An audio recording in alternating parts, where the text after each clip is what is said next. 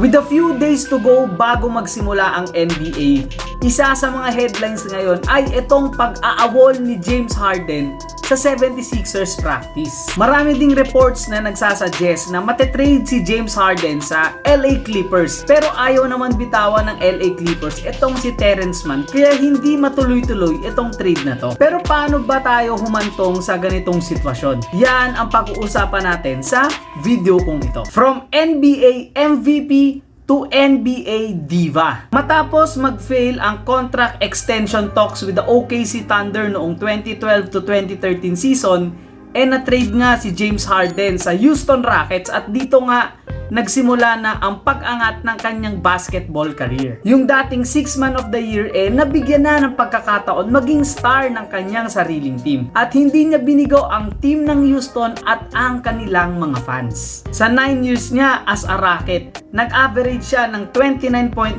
points, close to 8 assists and 6 rebounds per game. At dito nga naging all-star siya for 9 years.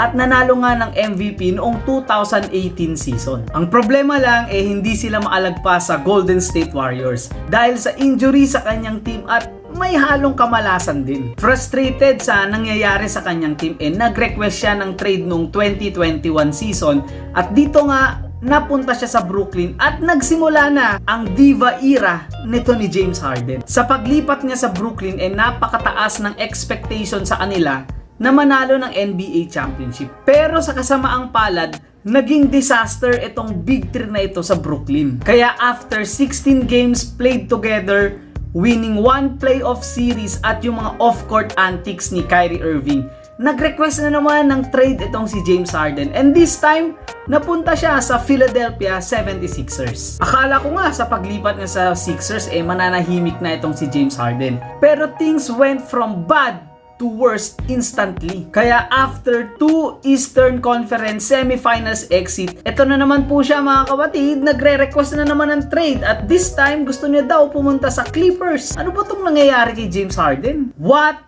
went wrong? Misunderstanding, miscommunication, playoff failures at contract issues ang punot dulo ng lahat ng ito. At ngayon, everybody is held hostage by James Harden. Ayaw magpakita sa practice. We talking about practice. Not a game. We talking about practice. Kung ano-ano yung sinasabi sa kanyang general manager. Daryl Morey is a liar and I will never be a part of an organization that he's a part of again. At nagde-demand na naman ng trade.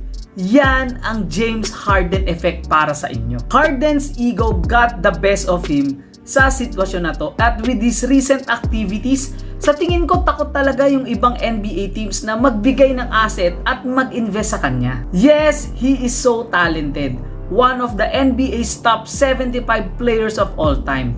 Former All-Star at former MVP. Pero kung ganyan yung ugali, mapapaisip ka talaga Nakakalungkot lang tignan na ganito yung nangyayari sa career ni James Harden.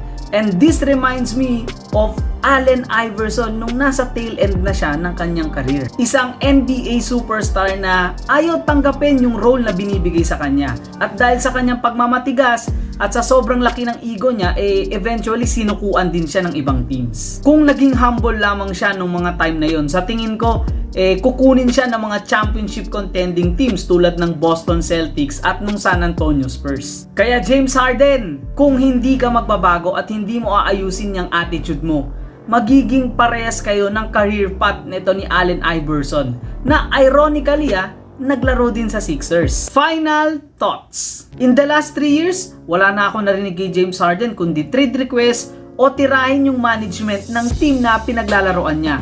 At dahil nga dyan, kine-question ko na tong will to win ni James Harden as a player. Sayang yung talent ni James Harden mga kapatid.